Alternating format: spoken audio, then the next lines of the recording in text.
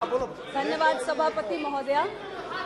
आपने मुझे हमारे विपक्षी खेमे हमारे इंडिया अलायंस के साथियों द्वारा इस लोकसभा में पेश किए गए अविश्वास प्रस्ताव के विरोध में अपने विचार रखने का अवसर दिया। सभापति महोदया, ये अविश्वास प्रस्ताव कितना आधारहीन और निरर्थक है, ये केवल इस तरफ के नहीं बल्कि उस तरफ के लोग भी जानते हैं और देश की जनता भी जानती है। और स्वयं हमारे विपक्ष के साथियों की, हमारे इंडिया अलायंस के साथियों की स्वीकारोक्ति है कि सरकार के पास पर्याप्त संख्या है, समर्थन है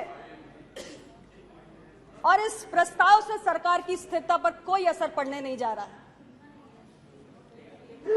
अध्यक्ष जी, इस देश की जनता को ही नहीं बल्कि दुनिया के तमाम देशों की जनता को आज के इस उभरते हुए नए भारत की शक्ति पर यकीन है। आज भारत दुनिया के तमाम देशों के लिए एक उदाहरण बन चुका है और यही कारण है कि आज दुनिया के एक नहीं, दो नहीं, तीन नहीं, 14 देश ऐसे हैं जिन्होंने अपने सर्वोच्च राष्ट्रीय सम्मान से भारत के प्रधानमंत्री को अलंकृत किया है। लेकिन फिर भी हमारे विपक्ष के साथी परेशान हैं। हमारे विपक्ष के साथी बहुत दानी जी, अपनी व्याकुलता को थोड़ा विश्राम दीजिए, सुनने का धैर्य रखिए। सुनिए, मैं सबकी बात धैर्यपूर्वक सुनती हूँ, बिना किसी को हैकल किए, इसलिए सुनिए।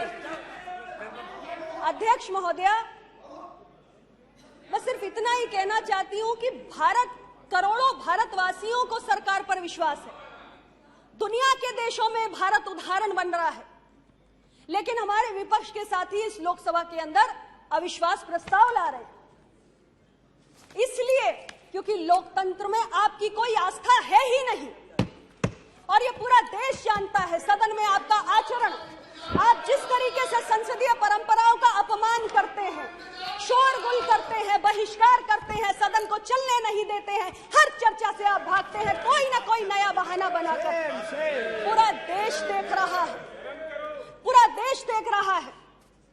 अध्यक्ष जी, 16वीं लोकसभा में मैं पहली बार सांसद बनके यहां आई थी। 2018 में चुनाव के ठीक 1 वर्ष पूर्व अविश्वास प्रस्ताव इसी प्रकार हमारे विपक्ष के साथियों द्वारा लाया गया। और अब देखिए 2024 में चुनाव है, 2023 में फिर से अविश्वास प्रस्ताव आ गया। अध्यक्ष महोदया, यह बार बार अविश्वास प्रस्ताव चुनाव के पहले आता है, ये बड़ा खास हथकंडा है। और हमारे विपक्ष के साथी जो इस समय बहुत निराश हैं, जो हमारे एनडीए गठबंधन की स्थिति है, हमारे विपक्ष के साथियों के अंदर हताशा है, हम सब जानते हैं। और फिर इस चुनावी हथकंडे का प्रयोग किया जाता है क्योंकि कहीं ना कहीं इनको लगता है कि शायद ऐसा करके हमारी राजनीतिक जमीन मजबूत हो जाएगी, शायद चुनाव से पहले कोई ना कोई अप्रत्याशित चुनावी लाभ हमें प्राप्त हो जाएगा। और इसी कारण बार बार इसका प्रयोग किया जाता है। लेकिन मैं अपने विपक्ष के विद्वान साथियों को इतना ही कहना चाहती हूं कि आपकी बहुत बड़ी भूल है, क्योंकि जब आप हमारी सरकार के ऊपर, हमारे एनडीए गठबंधन के ऊपर और मोदी जी की लीडरशिप के ऊपर अविश्वास व्यक्त करते हैं, तब देश की जनता आने वाले चुनाव में अपने और भी बड़े विश्वास से आपके अविश्वास को खारिज करने का काम करती है। अध्यक्ष महोदया, 2014 से बड़ा जनादेश हमें 2019 में प्राप्त हुआ। ये मैं अहंकारवश नहीं कह रही हूं, ये सत्य है। और 2019 से बड़ा जनादेश 2024 में मोदी जी के नेतृत्व में प्राप्त होगा। कोई जुमला भी नहीं है, ये जनता के विश्वास के कारण मैं कह रही हूं। अध्यक्ष जी, मैं अपने विद्वान विपक्ष के साथियों से कहना चाहती हूं कि जनता का विश्वास प्राप्त करने के लिए जनता के मन में उतरना पड़ता है। और 9 वर्षों में हमारी सरकार ने अपने कार्यों से, जन सेवा के जो कार्य हमने किए, जनता के कल्याण के जो कार्य हमने किए, हमने जनता के दिल में जगह बनाई है। और जनता के मन में जगह बनाने के कारण मैं कह रही हूं कि 2019 से बड़ा जनादेश हम 2024 में लेकर आएंगे। मैंने पहले भी कहा कि आपके आचरण, आपके रवैये को भी देखा है, देश की जनता ने देख रही है, और हमारे विकास के मॉडल को भी देखा है। हमारा विकास का मॉडल जिसके केंद्र में है गरीब का कल्याण। अध्यक्ष जी, इस वर्ष हम आजादी के 76 वर्ष पूरे करेंगे। संविधान सबको बराबरी का अधिकार देता है। आजादी के 76 वर्षों में भी क्या देश के अंदर कोई भी ऐसा व्यक्ति होना चाहिए जिसे मूलभूत सुविधाओं की गारंटी ना हो? हमारी सरकार ने, मुझे गर्व है, इस बारे में सोचा। 3 करोड़ से ज्यादा प्रधानमंत्री आवास, 12 करोड़ शौचालय, 12 करोड़ नल से जल का कनेक्शन, कोरोना काल में 80 करोड़ गरीबों को मुफ्त अनाज, 48 करोड़ से ज्यादा बैंकों के खाते, 3 करोड़ से ज्यादा बिजली के कनेक्शन, 10 करोड़ से ज्यादा उज्ज्वला गैस के सिलेंडर, 23 करोड़ लोगों को आयुष्मान भारत स्वास्थ्य बीमा।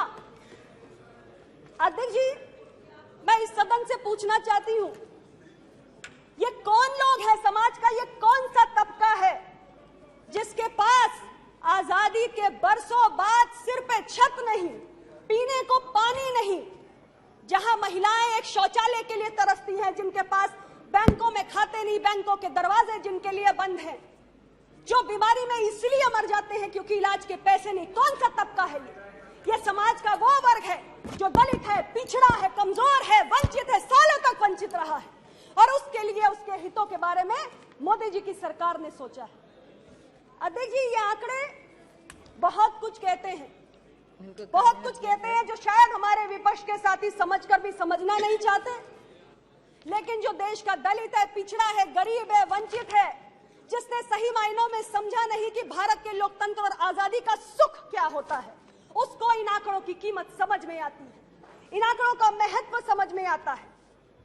हमारे विपक्ष के साथी स्वीकार करें न करें, लेकिन एनडीए सरकार के गरीबी उन्मूलन के प्रयासों को वैश्विक संस्थाओं द्वारा मान्यता मिली है। सभापति महोदय, आईएमएफ ने हाल ही में अत्यधिक गरीबी को समाप्त करने का श्रेय मोदी जी की सरकार को दिया है।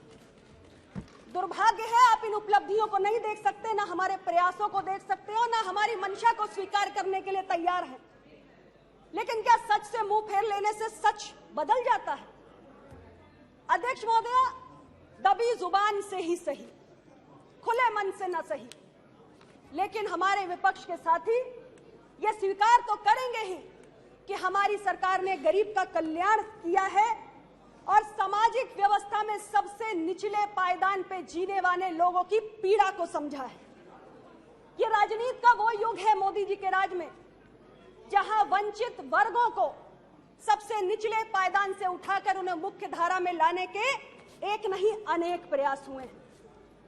सामाजिक न्याय के मापदंडों पर हमारी सरकार ने एक ऐसा उदाहरण पेश किया है जिसको आने वाली सरकारों को अनुसरण करने की आवश्यकता है। देश के सर्वोच्च संवैधानिक पद पर राष्ट्रपति के पद को कौन सुशोभित कर रहा है?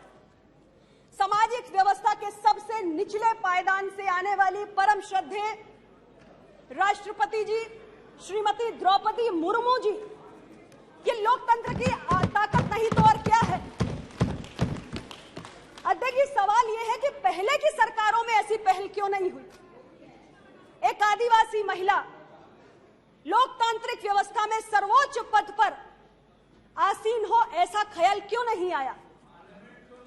क्या भारत का लोकतंत्र चंद अभिजात वर्गों की बपौती है?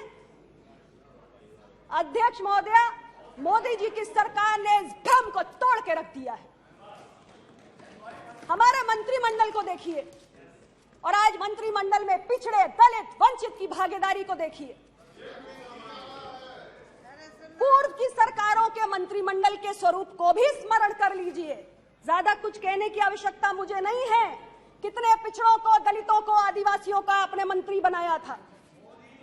पीछे की पंक्ति में बैठने का काम नहीं करेगा इस देश का दलित, पिछड़ा, आदिवासी, अग्रिम पंक्ति में आकर बैठेगा। ये मोदी जी ने व्यवस्था को बदलने का काम किया।